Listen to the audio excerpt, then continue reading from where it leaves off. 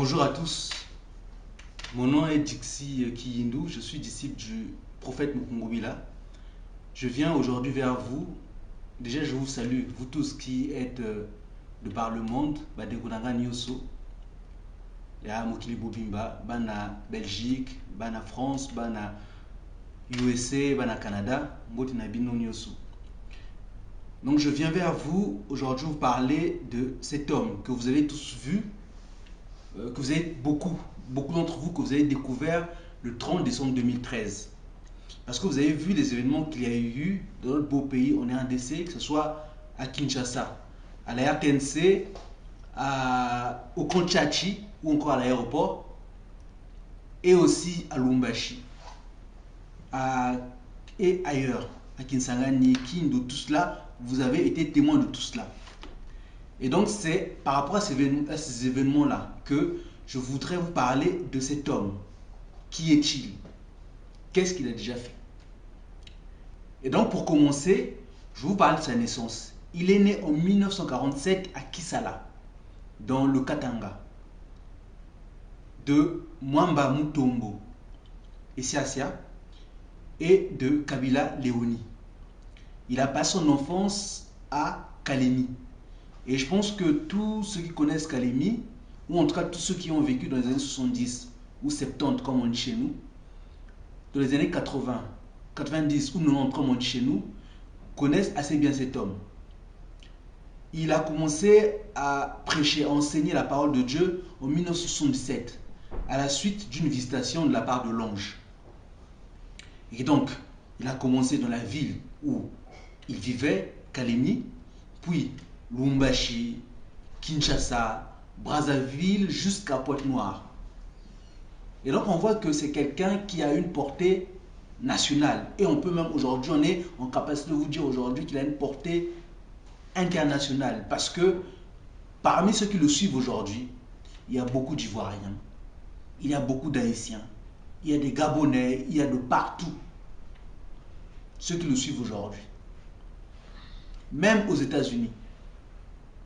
Même en Russie, il y a des gens aujourd'hui qui regardent ces vidéos. Parce qu'il raconte des choses extraordinaires. Il enseigne des choses révolutionnaires qu'on n'en a jamais écoutées ailleurs. Et donc au sujet de son enseignement, je vais vous parler de quelques éléments qu'il y a eu durant son parcours.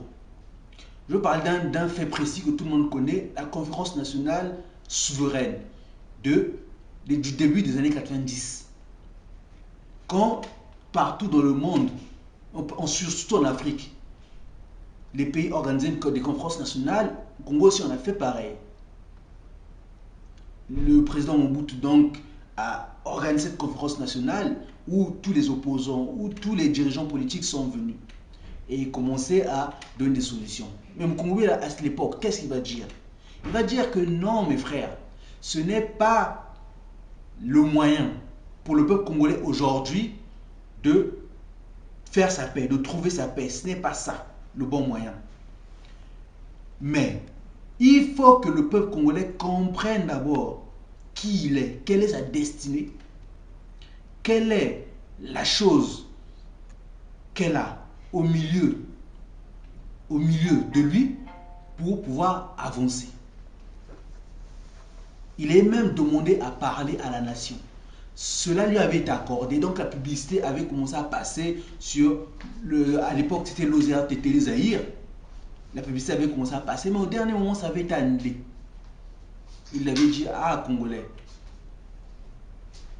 en faisant ça, en annulant ça, tu t'exposes devant des malheurs qui arrivent. Cette conférence nationale allait accoucher d'une souris. Et c'est ce qu'on a vu parce que quand il y a eu, tout le monde pensait que quand il y avait des conclusions de la conférence nationale, on allait arriver vers la paix ou vers le bonheur du peuple congolais. Mais les choses n'ont fait que s'empirer, s'empirer et s'empirer. D'ailleurs, à la suite de ça, en 1996 ou en 1996, comme on dit chez nous, quand tout le monde applaudissait l'AFDL qui était en train de rentrer, lui, il s'est élevé contre.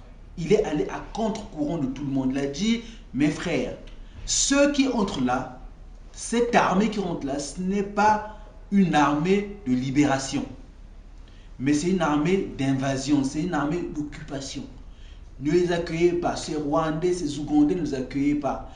Asseyons-nous plutôt, nous, fils de ce pays, nous, fils du Congo, asseyons-nous pour trouver une solution à nos problèmes. Mais personne ne voulait l'écouter. Tout le monde a applaudi les Rwandais, les Ougandais, qui ont envahi notre pays. Aujourd'hui, on en paie encore les conséquences. Vous voyez ce que cet homme a annoncé. Parce que le grand peuple congolais a refusé cela. Aujourd'hui, on est dans une difficulté terrible. Au début des années 2000, 2001-2002, il a enseigné pendant 2 années, passant au moins 2 ou 3 fois par semaine à la radio ou à la télé, pour enseigner au peuple congolais, pour enseigner des choses terribles au peuple congolais.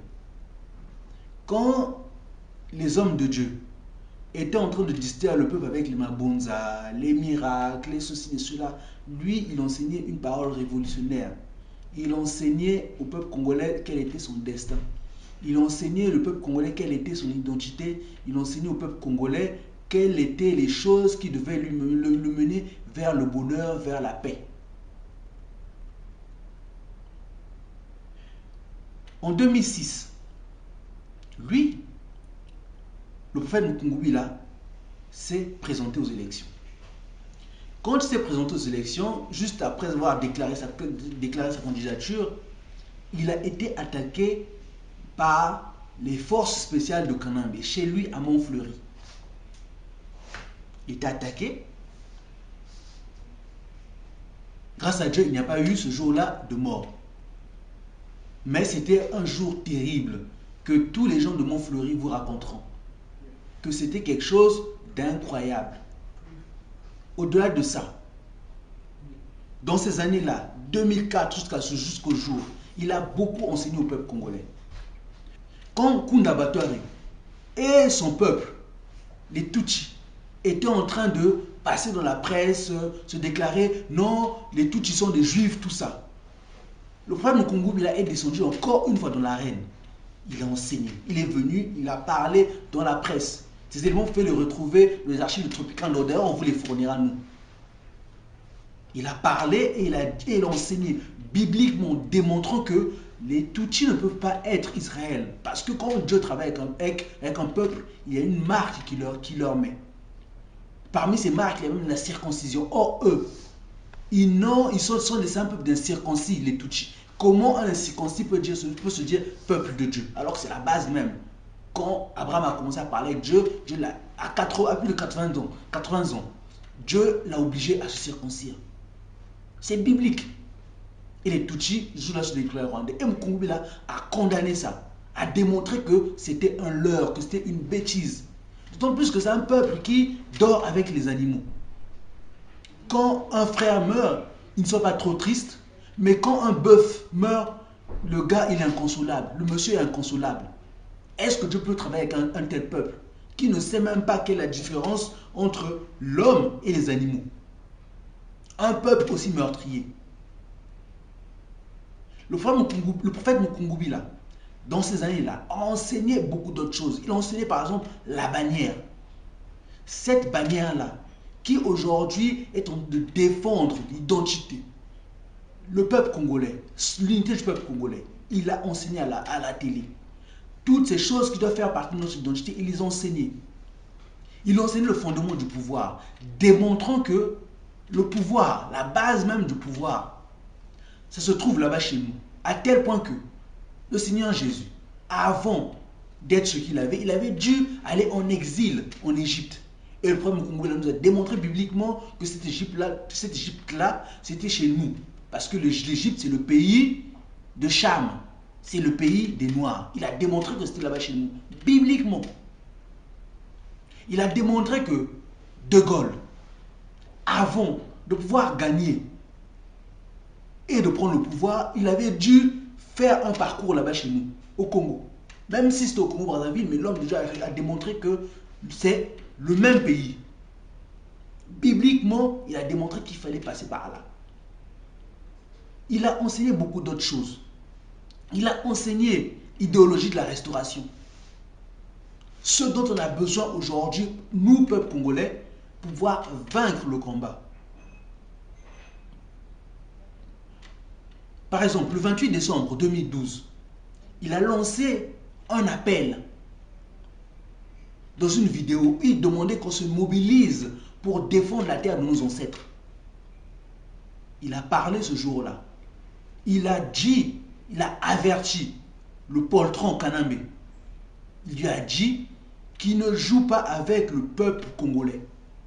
Il a averti les collabos, les traîtres des Mende de ne pas se moquer du peuple congolais. Ces choses, ces archives-là, on peut vous les fournir. Il a fait le 5 décembre 2013 une lettre ouverte où il dénonçait, indiquant que à tel endroit, tel endroit, tel endroit, tel endroit, il y a des Rwandais qui sont postés partout. Il a dénoncé, il a dit à la communauté internationale, aidez-nous à bouter dehors ces Rwandais. Sinon, il allait avoir un grand malheur. Il a dit, il a demandé à l'imposteur rwandais Kanambe de ne pas signer les accords avec le M23. Kanambe a trahi. D'ailleurs, cette lettre ouverte-là, du 5 décembre 2013, nous l'avons publiée, nous l'avons distribuée partout. On voit ici, ça a été distribué même chez Kanambe lui-même. On l'a photocopié, les vaillants frères sont partis chez lui, Kanambe allait déposer. On a les accusés de réception qu'on peut vous fournir. À tous les ministères, ils sont partis. Ici en France aussi, on a déposé à toutes les ambassades. On peut vous fournir les preuves de tout ça. Cette lettre a bouleversé. Les gens ont dit, ah oui, ça c'est un vaillant patriote. C'est à la suite de cette lettre, quand l'imposteur de Kanambe est encore allé trahir en signant contre les ennemis du M23, alors l'homme de Dieu, le premier Congolais, a fait une seconde lettre le 28 décembre, où il a démontré, où il a affirmé que oui, effectivement, ce voyou qui est à la tête de notre pays, son vrai nom c'est Kanambe, que son père est enterré à Moba, vers Mpoueto, là-bas dans le Katanga. Il a déclaré, il a dit, et à la fin de cette lettre-là, il a demandé à tous nos officiers généraux, nos officiers supérieurs, d'arrêter, et tous ceux qui se battent pour la patrie, d'arrêter cet imposteur de Kanambe. C'est justement à cause de cette lettre-là, qu'on s'apprête aussi à distribuer un peu partout, que Kanambe a voulu faire taire en l'attaquant à Lubumbashi, et ensuite nos frères ont répondu. Ils ont dit non, ce Kanambe joue trop avec nous, nous on va lui démontrer que le peuple congolais n'est pas un peuple faible, que c'est un peuple fort. Et justement, cette force-là que nos frères ont voulu démontrer là, ce courage-là, c'est justement parce que le problème congolais les enseigne, parce que ces gens-là ont compris ce qu'est le peuple congolais. La nature de la nation congolaise, que ce n'est pas un peuple comme tous les autres. De par nos origines, de par nos ancêtres, on est un peuple puissant qui ne peut pas se laisser marcher par des Rwandais. Ces gens-là veulent nous distraire avec la musique, tout ça. Mais le premier Congolais l'a demandé déjà, depuis les années 2004, 2005, 2006, 2007, au peuple congolais de ne plus faire la musique qu'on fait là où on met nos femmes nues, nos sœurs nues, elles dansent là. Non, lui demandait qu'on puisse chanter, comme chantaient les Sud-Africains pendant l'apartheid. De chanter comme chantaient les esclaves américains quand ils étaient en esclavage. Il avait demandé ça. Justement, cette conscientisation-là que le premier Congolais a fait et fait au Congo depuis des années. Ne craignons même pas pour sa vie. Combien d'attentats n'a-t-il pas subi? À Kintambo, c'est ses partisans qui ont été attaqués en 2011. Il faut que vous puissiez comprendre ça. Lui, il ne craint pas. Il ne craint pas. Pourquoi? Parce qu'en lui, il a compris. Et surtout qu'il a cette force-là qui voudrait revêtir le peuple congolais. Il voudrait enseigner à nous tous qui combattons aujourd'hui, nous tous qui nous disons combattants du peuple congolais. Il veut nous enseigner cette force-là. Cette force-là qu'on a démontrée à la RTNC. Ce courage-là, lui, c'est ce qu'il veut nous enseigner. Il faut qu'on comprenne ça. Que c'est la terre de nos ancêtres. On n'a pas une autre terre. Et que pour gagner, il faut qu'on puisse comprendre notre identité. Il faut qu'on puisse comprendre notre force. Nous, peuple congolais, nous sommes tellement forts qu'on ne peut pas laisser les incirconcis, les Rwandais, nous marcher dessus. Ce n'est pas possible. On est un peuple puissant. Mais il faut qu'on comprenne ça. Il faut qu'on apprenne ça. Il faut qu'on nous enseigne ça. Et dès qu'on aura compris ça, rapidement, on se débarrassera de nos ennemis. Ce ne sont que des incirconcis. Dieu n'est pas avec eux. Dieu ne peut pas travailler avec un peuple comme ça. Ce n'est pas possible. Mes frères, il faut que vous compreniez ça. Vraiment. C'est notre nation dont il s'agit. On n'a pas affaire à des sentiments ou de ceci ou de cela ou de trucs de leadership. Non, c'est pas ça. Il faut qu'on prenne les voies et moyens, les bonnes voies et moyens pour venir à bout de l'ennemi. Et pour venir à bout de ça, c'est à travers ce que le prophète Mukumbila veut nous enseigner. C'est à travers ce que le prophète Mukumbila est en train de dire. Il est en train de nous démontrer que oui, peuple congolais, vous êtes une nation forte depuis votre existence, depuis vos origines, depuis vos ancêtres. Ce n'est pas parce que vous n'êtes pas comme ce petit peuple d'incirconcis à qui on a acheté quelques armes, les Anglais leur ont donné des armes, les Américains leur ont donné des armes, d'aller tuer vos frères et vous êtes devenus forts. Non, ce n'est pas ça la force du peuple congolais. La force du peuple congolais, c'est depuis ses ancêtres. Et tout le monde vous le dira. Toutes les nations, quand tu regardes le peuple congolais, ils voient que c'est un peuple qui a une force extraordinaire, qui a une forme de royauté en elle. Et c'est ça, en fait, que nous-mêmes nous oublions. Et c'est pour ça qu'aujourd'hui, on marche sur nous. Mes frères, ressaisissez-vous. Ressaisissons-nous, comprenons ça et nous allons vaincre. Écoutons ce que le frère Mukumbila a à nous dire, à nous enseigner. Écoutons, prêtons l'oreille. Qu'est-ce qu'on a à perdre à le faire? On a tout à y gagner. Vous avez essayé toutes les solutions possibles. Vous avez essayé des alliances. Vous avez essayé de s'unir un tel. Et aussi maté. Échec sur échec. Maintenant, aujourd'hui, essayons d'aller vers lui. Il a beaucoup à dire. Il y a beaucoup à vous dire. On aura le temps de reparler de tout ça, mais c'était le petit message que mes frères et sœurs, fils du Congo, Bana Congo Nyosu, que je voulais vous dire, que je voulais vous faire passer, et que Dieu vous bénisse, que Dieu vous garde. Merci beaucoup.